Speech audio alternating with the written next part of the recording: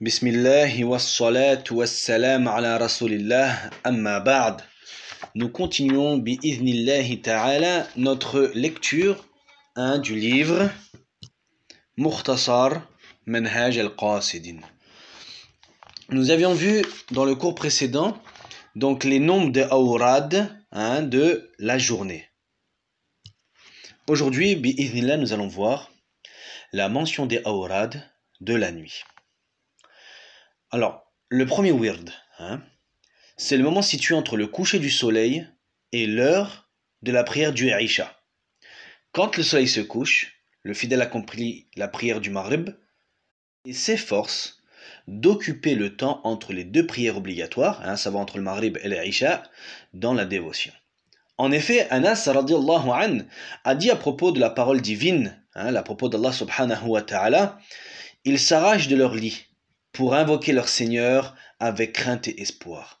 Ils dépensent en aumône une partie des biens que nous leur avons accordés. Donc Anas radiallahu an, qu'est-ce qu'il a dit? Ce verset a été révélé à propos des compagnons de l'envoyé d'Allah azza wa jal, sallallahu alayhi wa sallam. Ils priaient entre le Maghrib et le Isha. Subhanallah. De même, Abu Huraira radiallahu an rapporte que le message d'Allah sallallahu alayhi wa sallam a dit: pour celui qui accomplit après la prière obligatoire du Maghrib 6 raka'a sans rien proférer de mauvais, elles valent pour lui la dévotion de 12 années. Subhanallah. Et ce hadith est recensé par l'imam at-Tirmidhi. Mashallah. Vous avez vu cette facilité, subhanallah. Allah subhanahu wa ta'ala nous donne des facilités pour accomplir des actes d'adoration qui valent énormément. Donc là, entre le Maghrib et l'Isha, celui qui prie 6 raka'a équivaut à celui qui a fait des actes d'adoration pendant 12 années. Donc ça, c'est pour le premier wird. Et pour le premier wird, ceux qui prient entre le Maghrib et l'Isha donc rentrent dans le verset où Allah subhanahu wa ta'ala dit: ils s'arrachent de leur lit pour invoquer leur Seigneur avec crainte et espoir. Ils dépensent en aumône une partie des biens que nous leur avons accordés. Mashallah. Le deuxième wird, c'est le moment situé entre la fin du crépuscule et l'heure du sommeil. Il est recommandé pour le fidèle d'accomplir le maximum de prières entre les deux appels à la prière, qu'il récite les deux sourates suivantes, la prosternation et la royauté. En effet, l'envoyé d'Allah, sallallahu alayhi wa sallam, ne dormait pas avant de les avoir récités. Dans un autre hadith rapporté par Ibn Mas'ud radiyallahu an, le messager d'Allah sallallahu alayhi wa sallam a dit: celui qui récite chaque nuit la sourate al-Waqi'a sera à l'abri du besoin. Donc ça c'est pour le deuxième wird. C'est le moment situé entre la fin du crépuscule, donc après le Maghrib, et au moment où on va dormir. Le troisième wird, il s'agit d'observer le witr avant de dormir. Le witr, c'est la prière impaire après l'Aïcha avant de dormir. Sauf pour celui qui a l'habitude de veiller la nuit en dévotion et en prière. Il convient pour lui de la retarder.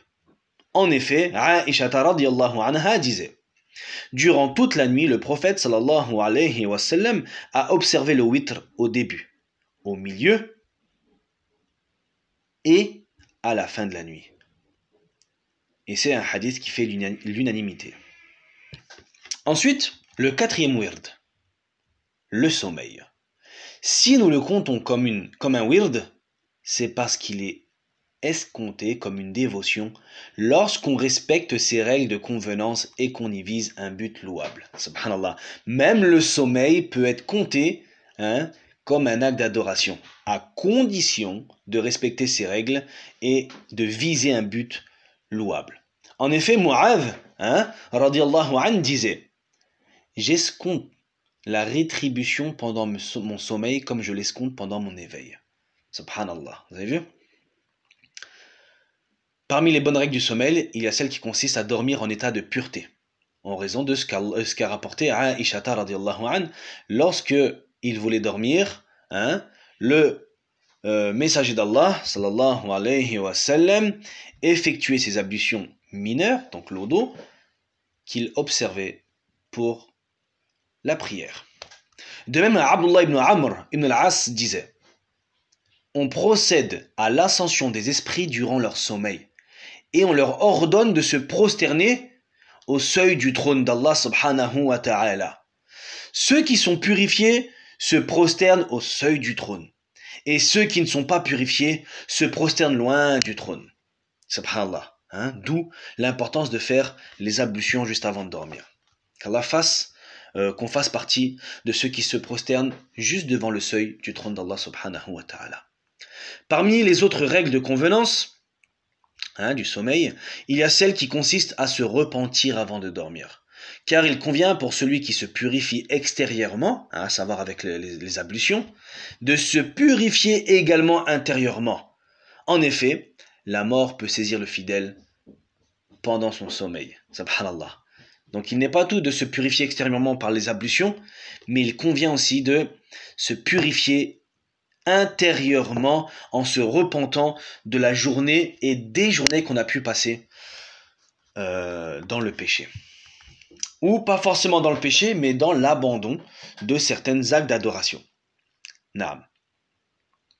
Parmi les règles du sommeil, il y a celle qui consiste à débarrasser son cœur de toute mauvaise intention à l'égard d'un musulman et à ne concevoir aucune forme d'agression et d'injustice à son égard. Il ne doit pas non plus concevoir l'intention de commettre un péché à son réveil.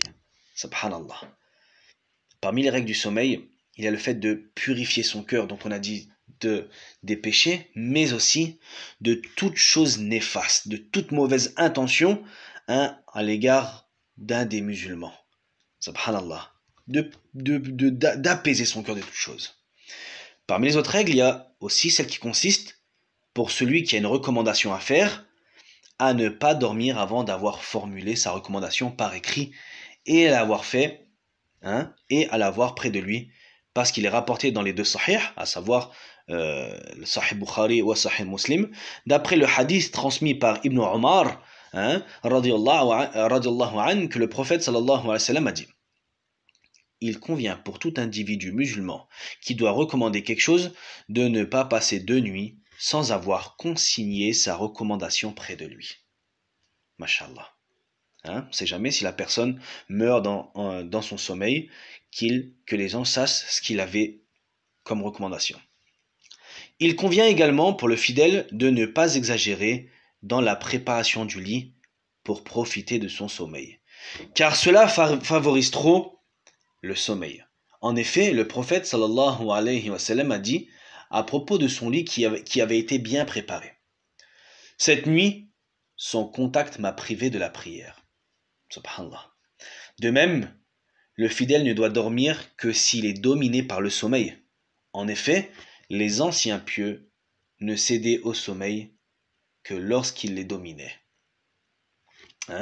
Un lit trop confortable donc va faire que le sommeil soit trop profond et ainsi va nous empêcher d'effectuer soit la prière de la nuit ou soit même carrément de se lever le matin pour la prière de l'aube. Parmi les autres règles, il y a celle qui consiste à se tourner vers la qibla. Pour dormir, on se tourne vers la qibla. Donc, c'est recommandé bien sûr, c'est pas une obligation. À recourir aux invocations traditionnelles appropriées, de dire les doigts avant de dormir, et à dormir allongé sur le côté droit. Parmi les traditions appropriées, il y a ce que rapporte Abu Huraira, radiallahu anhu, dans un hadith, où le prophète sallallahu alayhi wa sallam a dit: lorsque l'un de vous gagne son lit, qu'il le retourne avec l'étoffe qui lui sert de ceinture, car il ne sait pas ce qui a pu y arriver depuis qu'il l'a quitté. Lorsque le fidèle s'allonge sur son côté, qu'il dise ceci: par ton nom, ô mon Seigneur, je mets mon côté par terre et grâce à toi, je le lève. Si tu retiens mon âme, pardonne-lui. Et si tu la lâches, préserve-la, parce que tu préserves tes bons serviteurs. Et ce hadith a été recensé par l'imam al-Bukhari ou l'imam Muslim.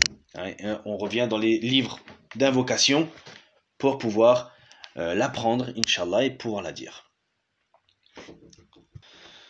Il est rapporté également dans les deux recueils, à savoir l'imam Muslim et l'imam al-Bukhari, transmis par Aisha radiyallahu anha, que chaque nuit, en gagnant son lit, le prophète sallallahu alayhi wa sallam rapprochait ses mains en ayant les deux paumes tournées vers le visage.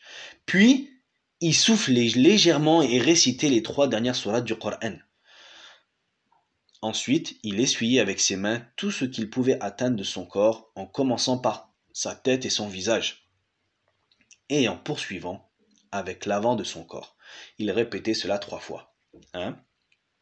Donc, parmi les habitudes du prophète, il mettait ses paumes les unes à côté des autres, l'une à côté de l'autre, tournait vers son visage et il récitait les 3 dernières sourates du Coran, à savoir surat al-Ikhlas, surat al-Nas, surat al-Falaq, et il soufflait ensuite sur son corps. Il faisait ça 3 fois.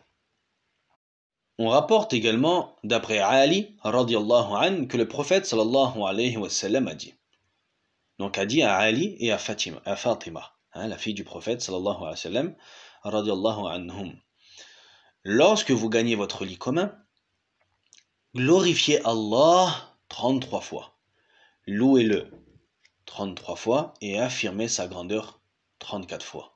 Donc glorifiez, Subhanallah 3 fois, Alhamdulillah 3 fois, Allahu Akbar 4 fois. Cela est meilleur pour vous deux que d'avoir une servante.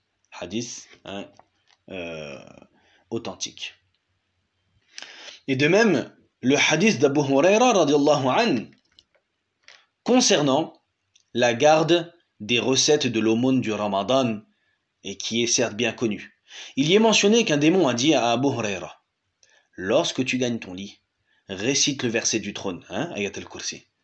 Tu ne cesseras d'être protégé par Allah et aucun démon ne t'approchera de toi. Subhanallah. Abu Huraira radiallahu anhu a informé le messager d'Allah sallallahu alayhi wa sallam de ce qui lui est arrivé.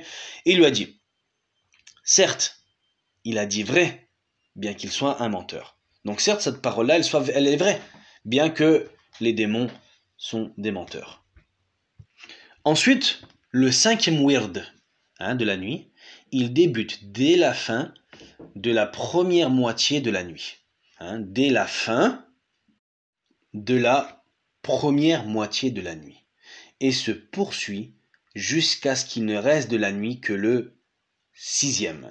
C'est un moment très favorable. En effet, Abu Dharr a dit: j'ai interrogé le messager d'Allah sallallahu alayhi wa sallam en ces termes: laquelle des prières nocturnes est la meilleure? Il m'a dit: celle de minuit ou du fond de la nuit, et rares ceux qui l'observent. De même, Daoud alayhi salam, le prophète, a demandé: Seigneur, à quelle heure dois-je me lever pour te prier? Et Allah subhanahu wa ta'ala lui a révélé ceci: ô David, ô Daoud, n'observe tes prières de dévotion nocturne ni au début ni à la fin de la nuit, mais observe-les au milieu de la nuit pour que tu sois en tête à tête avec moi et que tu m'adresses tes demandes. Ensuite, le 6e wird de la nuit, il s'agit du dernier 6e de la nuit, qui est le moment du début de l'aube. Allah subhanahu wa ta'ala dit: ils imploraient dès l'aube le pardon d'Allah subhanahu wa ta'ala.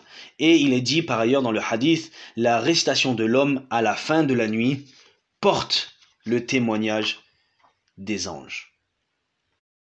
On rapporte que Tawus est venu chez un homme au début de l'aube, mais on lui a répondu qu'il dormait encore. Il dit alors: je ne croyais pas qu'un homme puisse rester endormi à l'aube. Lorsque l'aspirant termine la prière de l'aube, qu'il demande pardon à Allah subhanahu wa ta'ala. On rapporte d'ailleurs qu'Ibn Omar le faisait. Donc voilà, on a terminé avec les temps des awrad de la nuit. Donc on demande à Allah subhanahu wa ta'ala de pouvoir effectuer des awrad à ces moments-là. Nous verrons dans le cours prochain les variations des awrad selon la variation des états. سبحانك اللهم وبحمدك أشهد أن لا إله إلا أنت أستغفرك وأتوب إليك, en demandant à Allah subhanahu wa ta'ala que notre lecture de ce livre soit profitable pour nos cœurs, que ce soit une réelle purification pour nos cœurs et nos âmes, qu'on puisse les mettre en pratique et qu'on s'efforce à travailler notre intérieur.